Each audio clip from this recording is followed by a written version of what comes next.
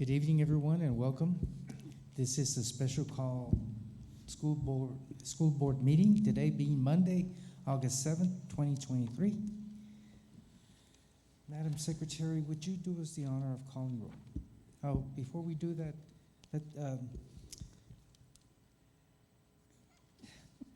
we need to just make sure that, we had convocation today. We have one person that's out today, so Linda Webb will not be here today. The rest, we're all here today. So I'll have you call roll just to make sure that this is on the record.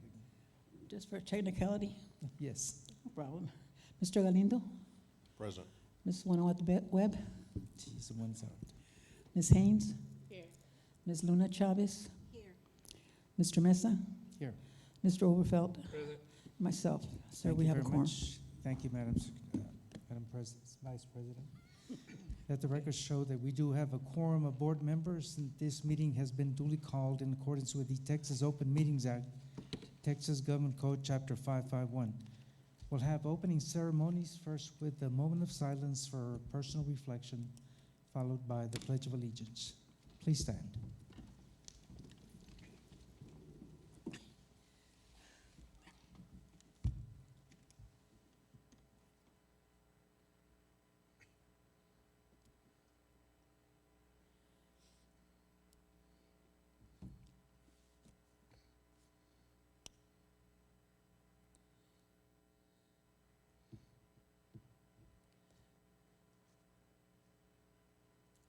I pledge allegiance To the flag of the United States of America and to the republic for which it stands, one nation, under God, indivisible, with liberty and justice for all.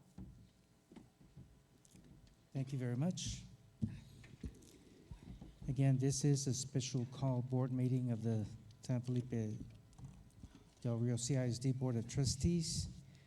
We have a few items, beginning with curriculum and instruction item.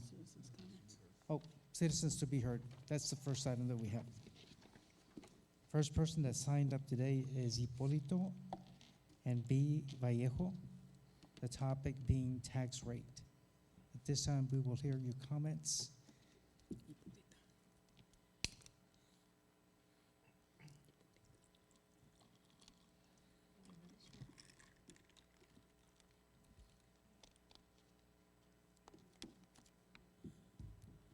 Good evening. Just wanted to share with you all something. We know it's a special meeting. Hadn't really looked at the agenda when we decided to come out here, but you guys will be setting up your tax rate, so that's basically what we want you to listen to us before you actually do that. Okay? All right. The Val Verde Appraisal District and your appointed appraisal district board members have acted in a manner that has left us dumbfounded by increasing land valuations up to $30,000 per lot, no matter size, shape, or location. Plus, they have disingenuously declared that home improvements were made when they possess no records of the improvements. These appointed board members represent you in their decisions, not us. I cannot stop to wonder how they were influenced. It appears to me that they are your right hand in helping you acquire tax revenue. Their word seems to be etched on stone with no sight of relief for the taxpayer because our appeals to the Appraisal Review Board turn deaf ears to most protests, and appealing their decision leads to costly arbitration, legal, and attorney fees in district court. Now, you are on the verge of declaring your tax rate, and we appeal to you to please stop, think, and look at what your appointed appraisal board members have done.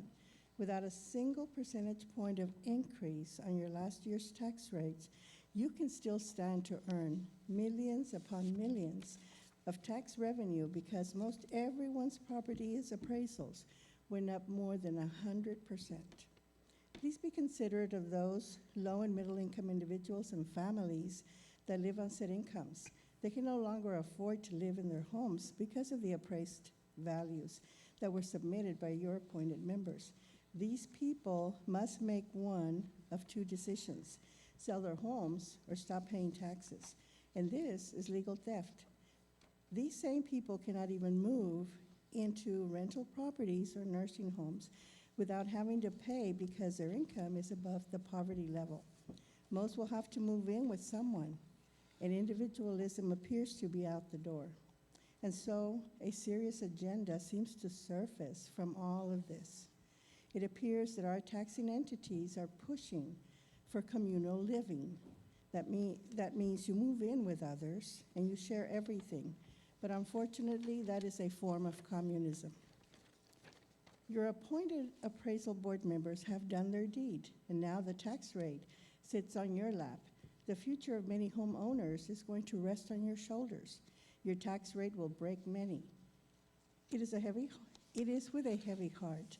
They share these emotions, their frustrations, and their mental anguish, in knowing that they can no longer make major repairs or upkeep their homes. And now they stand to lose them.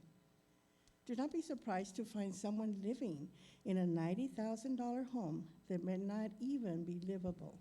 Those living in old homes are being forced to pay taxes on their homes as if they were brand new, all because of the market value set by -1% of those who put their properties up for sale.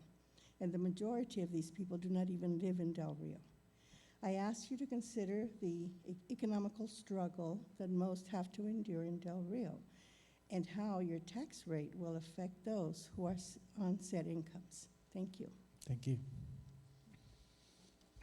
Next person that signed up is Pat McMahon, topic Brown & Brown Insurance.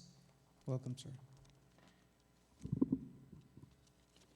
Thank you, President Mesa and Dr. Rios and members of the board.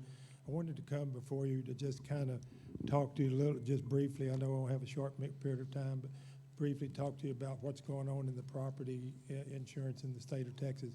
Many of you probably already know that. You've probably seen your homeowners go up a lot, or if you have any businesses, you're probably aware of that.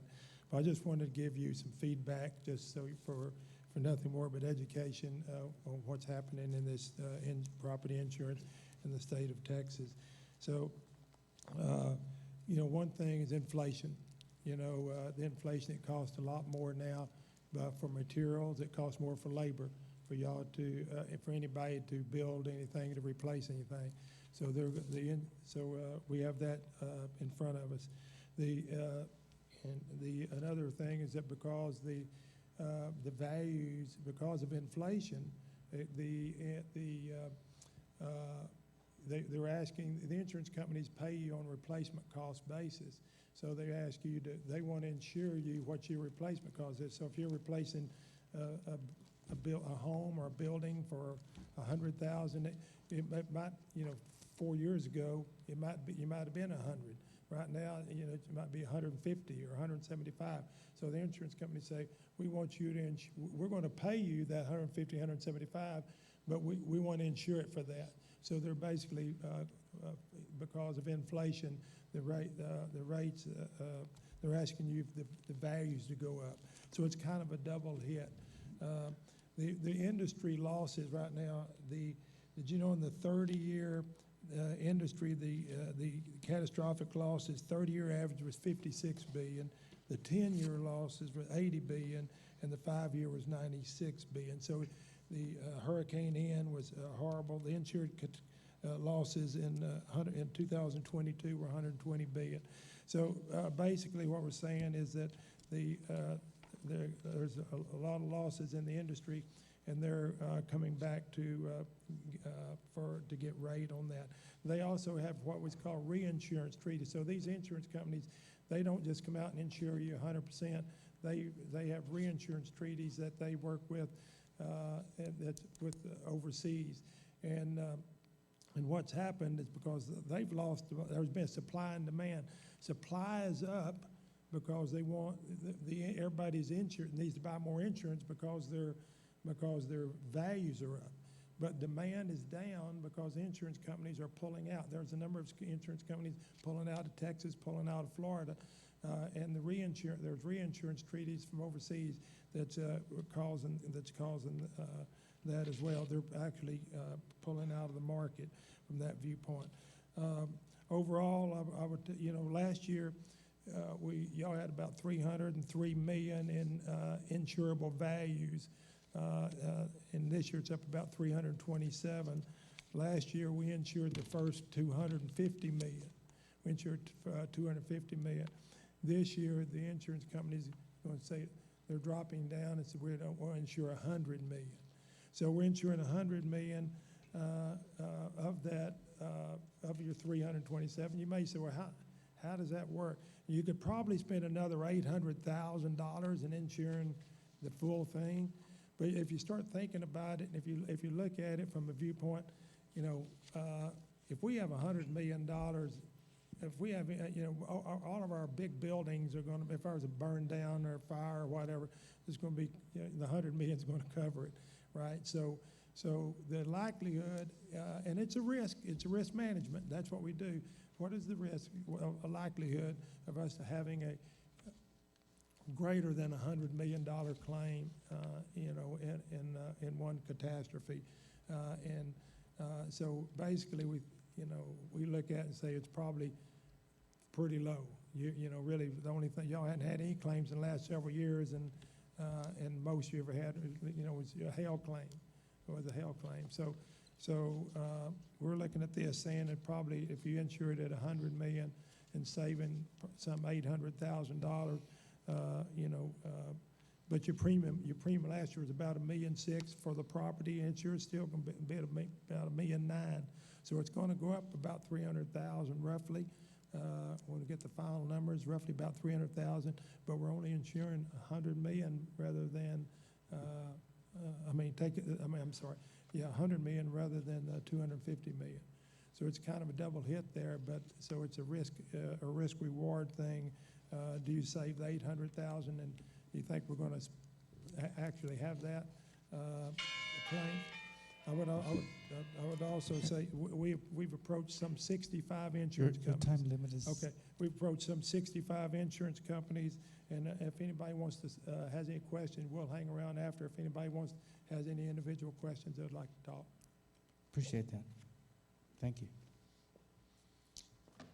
Now we go to item 11, curriculum instruction. Item A, under 11, consideration to approve the resolution regarding extracurricular status of 4-H organization. Ida Gomez. Good evening, President Mesa, Dr. Rios, and members of the board.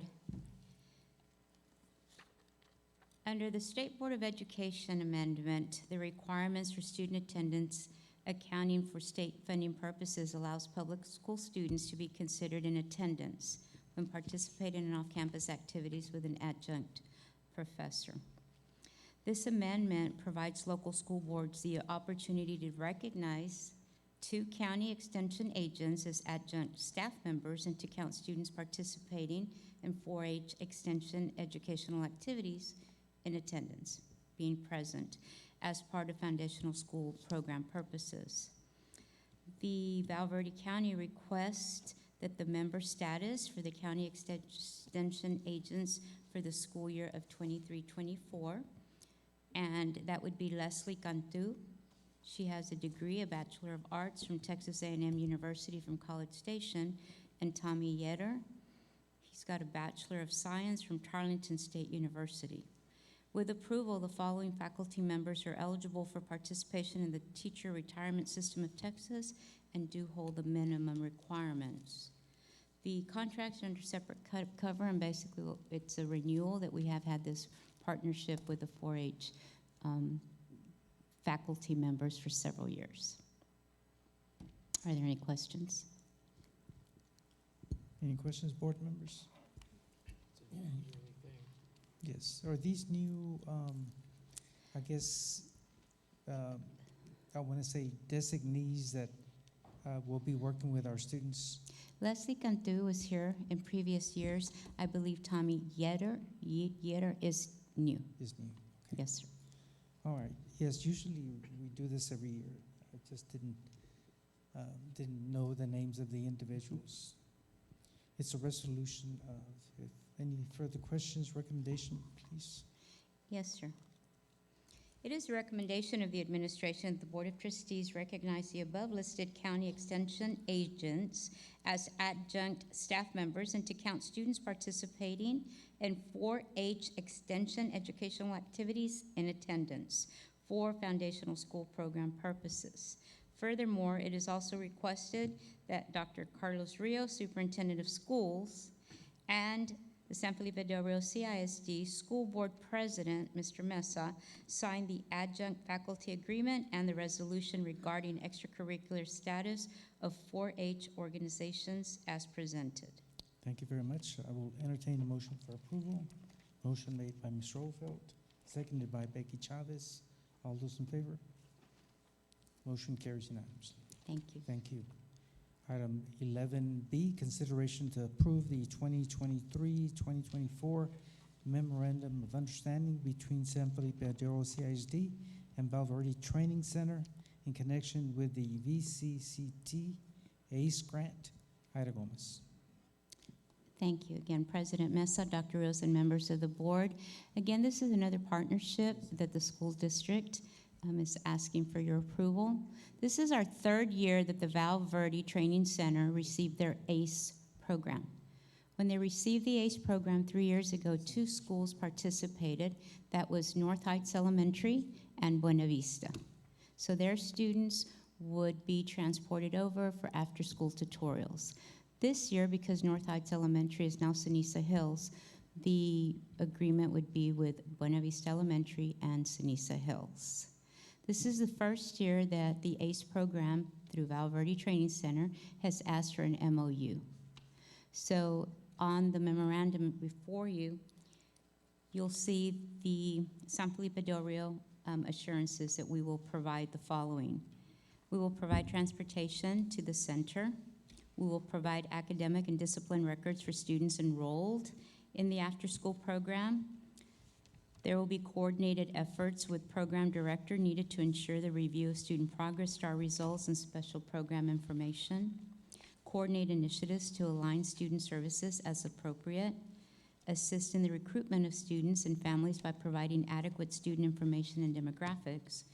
Support the program or the ACE 21 Century Community Learning Center goals by coordinating advertisement efforts, serving on the advisory committee, encouraging students to meet attendance and discipline goals, and recognizing family engagement efforts, and an open line of communication for successful implementation of the ACE program at both the center and the campuses. Again, it would be our third year to enter in the partnership, but this year they did put the agreement in writing.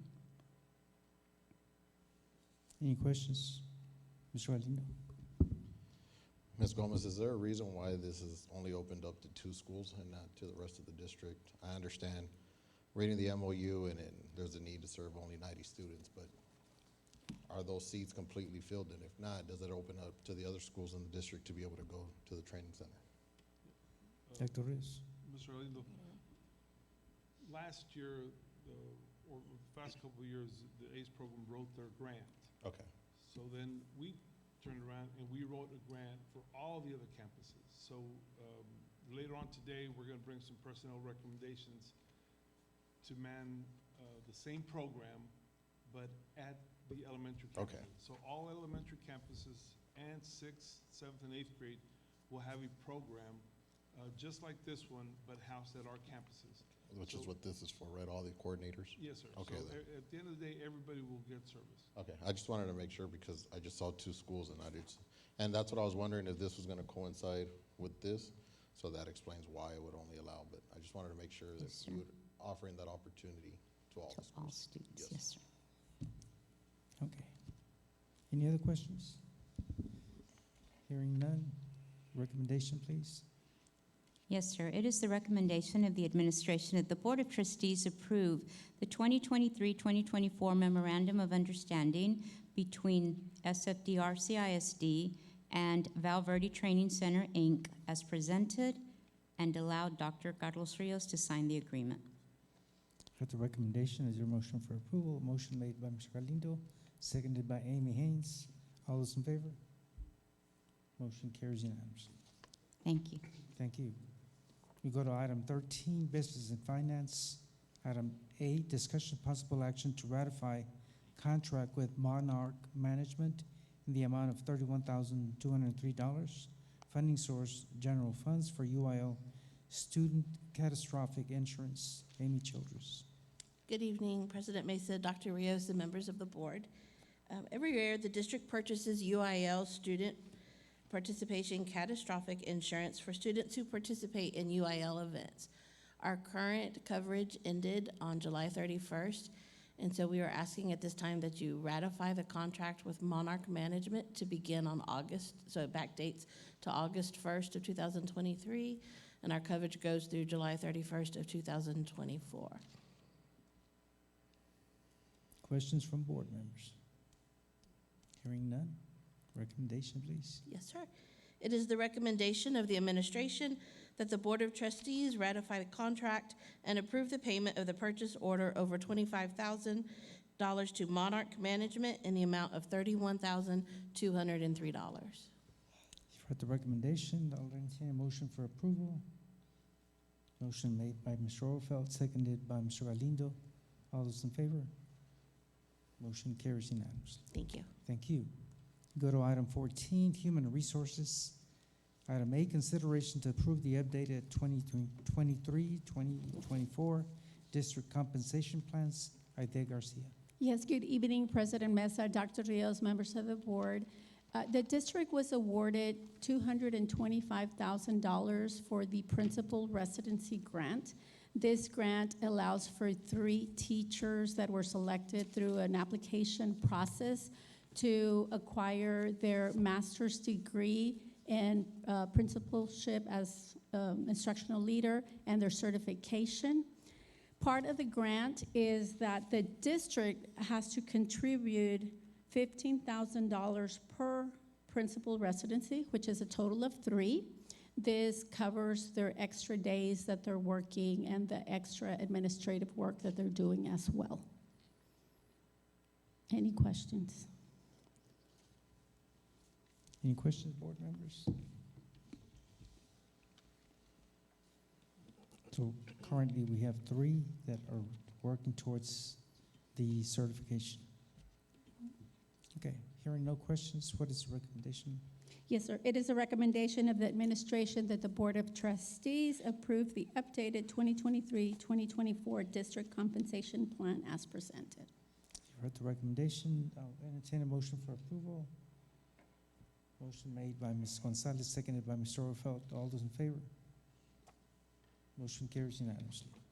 Thank you. Thank you very much. The time is 5:53 p.m. We're going to go into closed session pursuant to 551.074 and 551.071 of the Texas Open Meetings of the law pertaining to Open Meetings Act. Again, 551.074 and 551.071. We are now in closed session. Okay, the time is 6:59 p.m. We are reconvening into open session. No action was taken in executive. We're down to item 18A. First item is consideration to approve salary adjustments. Aide Garcia. Yes, sir. It is a recommendation of administration that the Board of Trustees approve the salary adjustments as discussed in closed session. For the recommendation, is there a motion for approval? Motion made by Amy Haynes, seconded by Becky Chavez. All those in favor? Motion carries unanimously. Item 18B, consideration to approve the personnel report to include the following: new hires, district vacancies, retirements, resignations. Aide Garcia. Yes, sir. It is the recommendation of administration that the Board of Trustees approve the resignations, vacancies, and following new personnel. Caitlin Mireles, pre-kindergarten teacher at Irene Cardwell Head Start. Tammy Davidson, 4th grade teacher at Roberto Bobby Barrera Elementary. Claudia Lopez, special education life skill teacher at Dr. Lonnie Green Elementary. Jason De Aguila, mathematics teacher at Del Rio Middle 7th grade, and Laura English, foreign language Spanish teacher at Del Rio Middle School 7th grade.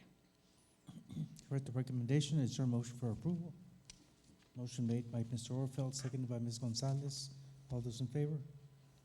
Motion carries. Item 18C, consideration to approve the position of 21st Century Grant Program Site Coordinator for Dr. Fermin Calderon. Aide Garcia. Yes, sir. It is a recommendation of administration that the Board of Trustees approve Jacqueline Vasquez as 21st Century Program Site Coordinator for Dr. Fermin Calderon Elementary. You've heard the recommendation. Is there a motion for approval? Motion made by Mr. Galindo, seconded by Amy Haynes. All those in favor? Motion carries unanimously. Item D will be tabled and will be reposted. We'll go to item E, consideration to approve the position for 21st Century Grant Program Site Coordinator for Garfield Elementary. Aide Yeah. Garcia. Yes, sir. It is a recommendation of administration that the Board of Trustees approve Jessica Gonzalez as a 21st Century Grant Program Site Coordinator for Garfield Elementary. Heard the recommendation. Is there a motion for approval? Motion made by Ms. Gonzalez, seconded by Mr. Overfeld. All those in favor? Motion carries unanimously. Item F, consideration to approve the position of 21st Century Grant Program Site Coordinator for Lamar Elementary. Aide Garcia. Yes, sir. It is the recommendation of administration that the Board of Trustees approve the position of 21st Century Grant Program Site Coordinator as Julia Ventura for Lamar Elementary. You've heard the recommendation. Is there a motion for approval? Motion made by Becky Chavez, seconded by Mr. Overfeld. All those in favor? Motion carries unanimously. Item G, consideration to approve the position of 21st Century Grant Program Site Coordinator for Ruben Chavita Elementary. Aide Garcia. Yes, sir. It is the recommendation of administration that the Board of Trustees approve Brenda Flores as the 21st Century Program Site Coordinator for Ruben Chavita Elementary. Heard the recommendation. Is there a motion for approval? Motion made by Mr. Galindo, seconded by Amy Haynes. All those in favor? Motion carries unanimously.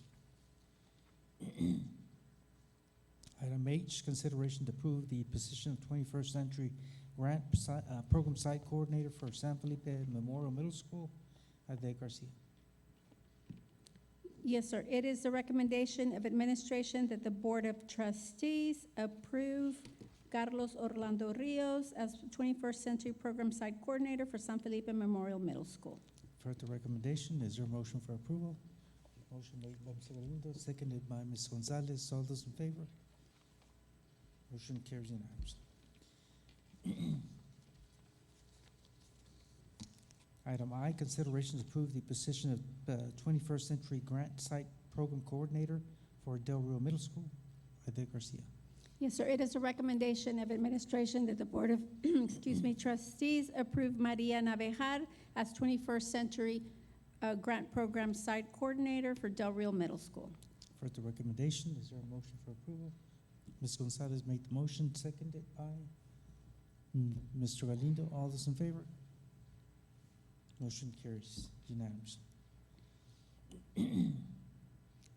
Next, we have item J, consideration to approve the position of 21st Century Grant Program Site Specialist for Curriculum Instruction Department. Aide Garcia.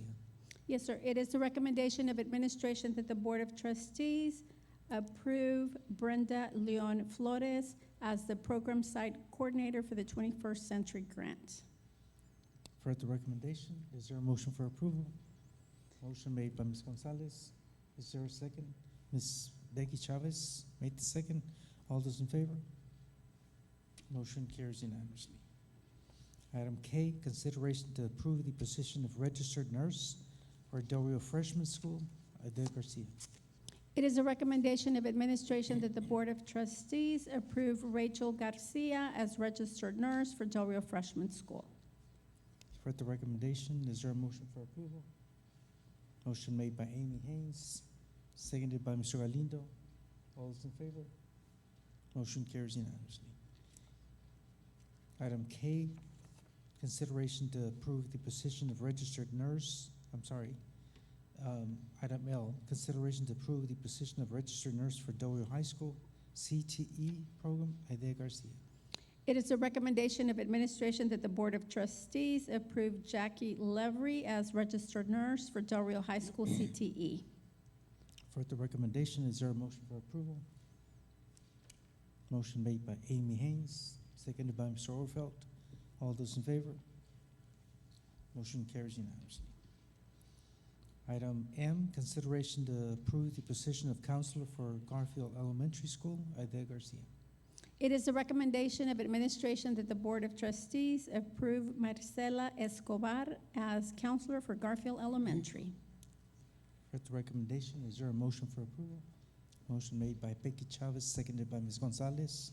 All those in favor? Motion carries unanimously. Item N, consideration to approve the position of counselor for Del Rio Middle School, 7th grade. Aidea Garcia. Yes, sir. It is a recommendation of administration that the Board of Trustees approve Gloria Martinez Perez as counselor for Del Rio Middle School, 7th grade. You've heard the recommendation. Is there a motion for approval?